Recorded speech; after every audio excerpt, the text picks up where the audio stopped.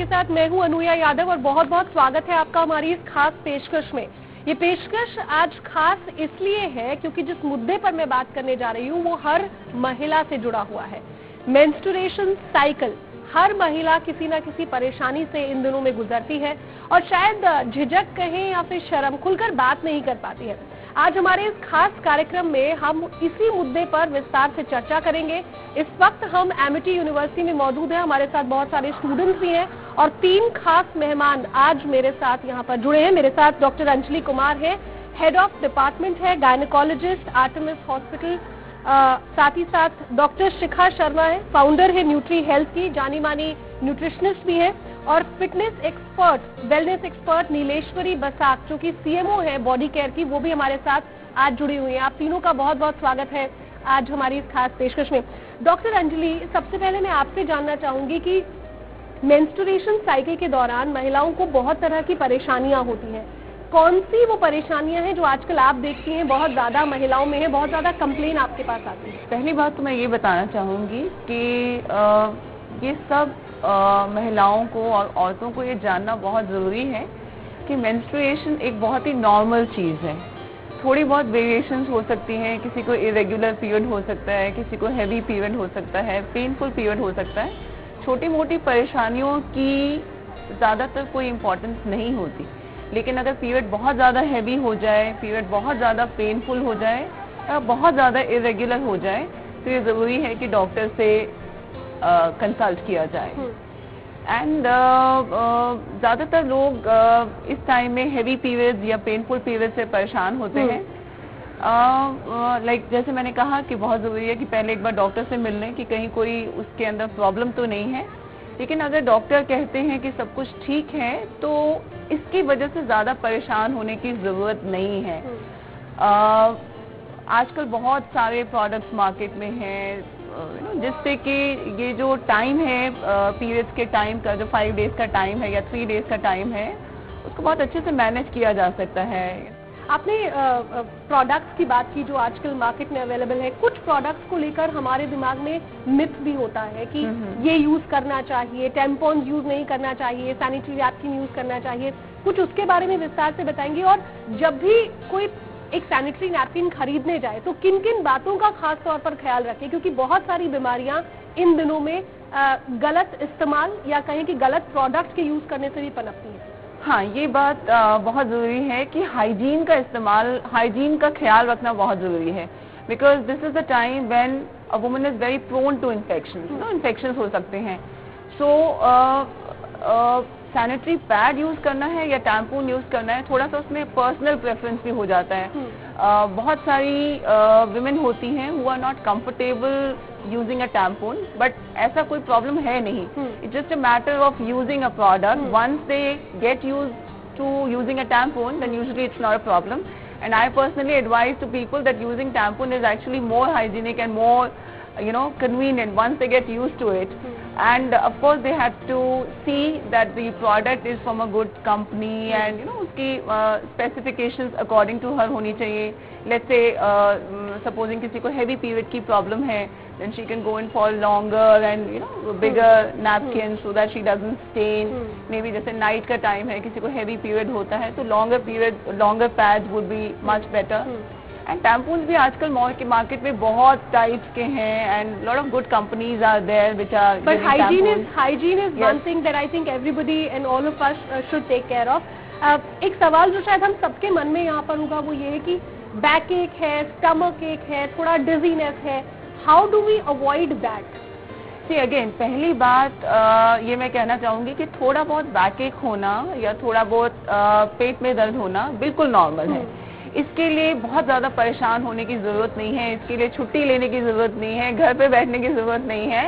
You can very well go out and work, but if you feel that you need to take 3-4 pain killers in a day, then definitely it calls for a doctor's consultation. And if your doctor tells you are fine, there is nothing to worry about, then of course it is normal. बहुत ज़्यादा back एक हो रहा है, बहुत ज़्यादा पेट में दर्द हो रहा है तो डेफिनेटली डॉक्टर के पास तो जाना बनता है, लेकिन छोटे मोटे दर्द के लिए घर पे बैठने की ज़रूरत नहीं है। तो छोटा मोटा दर्द है तो शायद थोड़ा बहुत हम मैनेज कर सकते हैं। लेकिन डॉक्टर शिखा, क्या कुछ खास खाने पर ध्यान दिया जा सकता है इन दिनों में कि आप दर्द को कम कर सकें या फिर थोड़ा हेल्दी फील कर सकें, और क्या ज्यादा न्यूट्रिशन की जरूरत होती है इन दिनों में? मॉडर्न न्यूट्रिशन के साथ साथ वैदिक न्यूट्रिशन में एक्चुअली काफ़ी सारी चीज़ें बताई गई हैं जो इस फेज के लिए, इस टाइम के लिए बहुत ज़रूरी होती हैं या बहुत हेल्पफुल होती हैं। तो जो वैदिक न्यूट्रिशन में इस फेज को माना जाता है एयर प्रिडोमिनेंट। तो 3 टाइप की एनर्जीज मानी जाती है बॉडी में, fire, air and water. And ये जो पीरियड होता है मेंस्ट्रुअल पीरियड, ये एयर प्रिडोमिनेंट पीरियड होता है, जबकि बॉडी का जो एयर एलिमेंट बढ़ जाता है। एंड तो इस समय जो चीज़ बहुत गैसी है, जैसे कि वाइट राइस, जैसे कैबेज, कॉलीफ्लावर, जैसे कि कॉर्न, वो चीज़ें अवॉइड करनी चाहिए। इसी तरीके से ठंडी चीज़ें जैसे क्यूकम्बर्स हैं, या रात को आप वाटरमेलन है, ये चीज़ें अवॉइड करने के लिए कहते हैं। To stay warm, now when we say stay warm, it doesn't mean just staying warm temperature wise, meaning that for example आप सूप्स पिएं, उसमें वेजिटेबल्स डालें, because during this time hydration is also very important, right? Calcium is very important, iron is very important. A lot of women iron loss होता है उस समय, जो compensate नहीं होता है, and that affects later in pregnancy or in childbirth. क्या इन दिनों में we should avoid cold drinks, we should avoid lassi and things like that also? Definitely, वैसे तो cold drinks and sugar, high sugar food वैसे भी avoid करना चाहिए, because it impacts insulin, और insulin के impact से hormonal जो ladies की होते हैं वो affect होते हैं। बट ठंडी चीजें तो डेफिनेटली अवॉइड करना, and junk food is generally you should avoid. Nileshwari ma'am, बहुत सारे लोग, हम लोग ये सोचते हैं कि अगर पीरियड्स हैं, चम्स हैं, तो वर्कआउट अवॉइड कर देते हैं, तो क्या वर्कआउट इन दिनों में भी उतना ही इम्पोर्टेंट है जितना पूरे महीने होता है? यस, रेगुलर वर्कआउट इन दिनों में आपको थोड़ा तो प्रिकॉशन लेना चाहिए। You are absolutely normal during your menstruation. That has to be very clear. You are not sick. But अब ये समझिए कि understand the psychodynamics of the body. Psycho means mind, soma means body. The influence of the mind over the body. During your menstruation, there are a lot of hormonal imbalances or mood swings which happen, which make you feel somewhat little emotionally low, or some people have this depression syndrome. So somewhere you feel that you don't have to be very, very active, but physically you are fully capable and you can be absolutely active. Don't do very hectic workouts, don't take a lot of weight, but you are perfectly normal. चलिए, बहुत सारे कुछ सवालों के जवाब तो आपको यहाँ पर मिल गए होंगे, लेकिन एमिटी यूनिवर्सिटी के बहुत सारे स्टूडेंट्स हमारे साथ यहाँ पर मौजूद हैं। आप में से कोई सवाल अपना पूछना चाहेगा तो? जी बिल्कुल बिल्कुल। I want to ask that should we avoid taking medicines during menses? Because many people say that you should not take any medicines. Doctor Anjali, आप जवाब। So Bhavna, that's a nice question. Actually, like I said, menstruation बिल्कुल एक normal physiological process है, जो आपकी body जैसे बाकी time है अभी भी प्रैक्टिकली वैसी ही है। तो जो नॉर्मल आप बाकी किसी और चीज़ के लिए दवाई लेते हैं, जैसे आपका गला खराब है या कुछ भी और है, वो आप सब कुछ ले सकते हैं, but you can probably tell the doctor that I am having my periods. जहाँ तक जैसे पेन किलर्स के लिए मैंने आपको बताया, अगर थोड़ा बहुत पेन है, आपको लोअर बैक एक है, आपको एब्डोमिनल पेन है, आप नॉर्मल जो भी पेन किलर्स होते हैं बहुत सेफली ले सकते हैं। लेकिन अगर आपको दिन में 3 बार से ज़्यादा पेन किलर लेने की ज़रूरत पड़ रही है, that means now you must visit a doctor. बाकी जो भी और प्रॉब्लम है, you are like a normal person, but you must tell the doctor that you're having a period. I want to know that I have noticed in myself only that when I'm in these days, I see myself, my belly is expanding. So I don't know what is the reason behind it, and also I tend to eat a lot of sweets, especially chocolates, and I notice that my flow suddenly just drops out. It doesn't go as high, but it drops out. Bloatiness feel होता है, जो शायद हम में से बहुत सारे लोगों को ब्लोटिंग फील होती है। So Dharvi, this is very, very normal, right? See, this is the time जब in a woman's body lot of hormonal changes are happening, and because of this lot of water retention happens. पूरी body, I mean generally लोग बोलते हैं पूरी body swell कर गई, आपका abdomen आपको लगेगा फूला फूला सा है। इनफैक्ट पूरी बॉडी पे भी some people experience hands, they look little swollen, the face looks little swollen, the feet look little swollen. But again, this is very, very normal. after you finish with your periods, all that bloating and swelling disappears. So don't worry about it कि ये कोई permanent चीज नहीं है, ये 2-3 दिन की बात है, अपने आप ही ठीक हो जाएगा. What you can do is you can avoid taking high salt things. You know, anything which contains extra salt, like pickles, namkeens and sauces, cheese, chutneys. And of course, like you said, you feel like having chocolates. First of all, everybody feels like having chocolates anytime. But this is the time again, because of hormonal changes, you know, you tend to have all kind of funny cravings. So yes, you can indulge once in a while, but I mean, you must take everything in moderation. चलिए एक छोटा सा break यहाँ पर ले लेते हैं. बहुत सारे सवाल हैं और एक और अहम मुद्दा है ब्रेक के उस पार, जिस पर बात करेंगे यूरिनरी ट्रैक्ट इन्फेक्शन, जिससे बहुत सारी महिलाएं परेशान रहती है. छोटा सा ब्रेक, जल्द हाजिर होते हैं.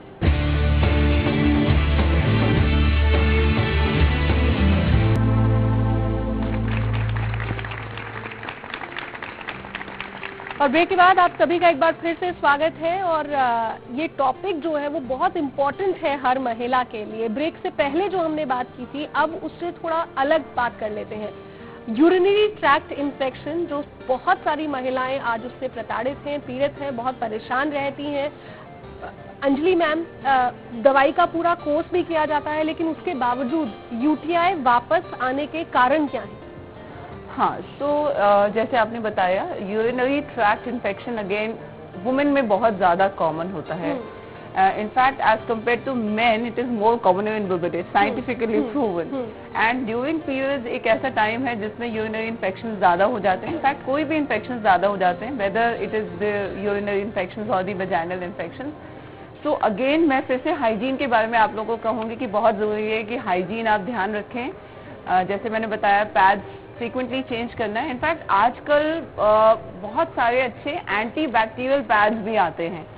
So I think it's a good idea to be proactive and use those pads. And चाहे आप यू नो पैड यूज करें, टैम्पून्स यूज करें, but the key is to use a product which is from a good company and change it frequently. Doctor Shikha, यही जानना चाहूंगी. I am sure अब तक बहुत सारों के दिमाग में ये आ जाएगा कि खाने पर कैसे ध्यान दिया जाए, क्या खाया जाए कि आप यूटीआई के दौरान कहा जाता है कि आप बहुत सारी स्ट्रॉबेरी रिलेटेड चीजें खाएं या फिर क्रैनबेरी जूस अगर पिए तो बहुत फायदेमंद रहता है. क्या रूटीन फॉलो करें कि इन बीमारियों से बच सकें? देखिए, जो भी सारे बैक्टीरिया होते हैं उनको एक ऑप्टिमल एनवायरनमेंट चाहिए होता है जिसमें वो मल्टीप्लाई करते हैं, जो बैड बैक्टीरिया है. अगर वो एनवायरनमेंट ऑप्टिमल ना रहे या उनके अनुकूल ना रहे, उनके हिसाब से ना रहे, तो बैक्टीरिया मर जाते हैं. तो नॉर्मली एक तो हाइजीन बहुत इंपॉर्टेंट है, नंबर 1. उसके बाद अपने बॉडी को अगर हम अल्कलाइन रखेंगे तो बहुत सी चीजें नहीं होंगी, right from urinary tract infection to acne and other health disorders. तो फर्स्ट थिंग इज हाइड्रेशन, यानी हमें काफी पानी पीना चाहिए. कई बार हम पानी पीना भूल जाते हैं क्योंकि हम चाय पी रहे हैं या कॉफी पी रहे हैं, पर हमें याद करके पानी पीना चाहिए, बिकॉज हमारा बॉडी 2/3 सिर्फ वाटर है.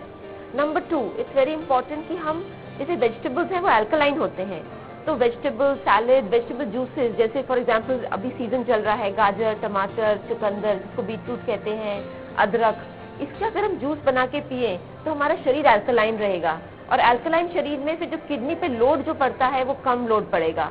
एंड दैट मीन्स हमारा जो यूरिन है वो टॉक्सिक नहीं होगा इतना कि उसमें बैक्टीरिया और पनपे. बिल्कुल. नीलेश्वरी मैम हमारे साथ हैं, तो वेलनेस एक्सपर्ट हैं, कुछ टिप देना चाहेंगी, साथ ही पीसीओएस के बारे में आप क्या कहेंगे? Behind any kind of disorder or disease or disharmony, you have to get to the causal plane of it. If there is an effect, there has to be a cause. Law of nature says cause and effect. So the causal plane is your habit patterns. Now these incorrect habit patterns may be conscious, may be deliberate, or you are indulging in them subconsciously without even being aware that I am indulging in an incorrect habit pattern. Now for PCOS, polycystic ovarian syndrome, there is a cyst which grows in your ovaries which impedes your regular menstrual flow. It is not very serious, but it can give you conception problems, so you should take it on a very serious note. So the causal plane here, again the culprit is food to a great extent. All being youngsters here very fond of fast food. Food is adulterated. There are a lot of chemicals which are traveling through your food, and follow this mantra of have breakfast like a king, lunch like a rich man, dinner like pauper. Go slow on your dinner and avoid fast food. Have healthy food. Have a lot of antioxidants like fruits, salads. Have hydration. Drink a lot of water and have a healthy lifestyle. सवाल कुछ अगर कोई पूछना चाहे, बिल्कुल. I would like to ask that since the health is a very major issue in the education also, so should it be incorporated at the school level as a study, as a curriculum study, so that the girls are aware at a very early level rather than it is when it becomes too late. बहुत बहुत अच्छा सवाल है. Quickly. Very nice. I mean, this is something which, see, I am a part of a lot of school health initiatives, and I meet a lot of young girls quite frequently. And somehow मुझे लगता था कि आज के ज़माने में internet है, ये है, बहुत लोगों को बहुत कुछ पता है, but when I actually interact with these girls, I really feel a lot needs to be done. And they need a scientific, a valid information, not an information which is coming from some Google site. So I really feel the role of the parents, the role of the teachers, the role of the educators, and of course the role of the doctors. I mean, we have to educate these girls right from the beginning, and it has to be taken in a very, very open manner. There's nothing to feel shy about it, there's nothing to feel scared about it. We all have to be very, very open with our girls, and very rightly said, it has to be initiated in a very programmed, scientific manner from as early age as possible. I strongly believe in that. I think a greater consciousness has to be brought about with the mothers, because it is one of the most private parts of the womanhood, and when the girl is going into puberty, the way she is inculcated as per her cultural background and family background makes a lot of difference in her emotional level and plus the physicality also. So we must make an endeavor to awaken the mothers so that our young girls get the right kind of upbringing. चलिए, बहुत बहुत शुक्रिया आप सभी लोगों का, और खास मेहमानों का भी बहुत बहुत शुक्रिया. हमारी इस खास पेशकश में फिलहाल इतना ही. उम्मीद करते हैं कि बहुत सारे सवालों के जवाब आपको यहाँ पर मिल गए हों. हमें दीजिए इजाजत. नमस्कार.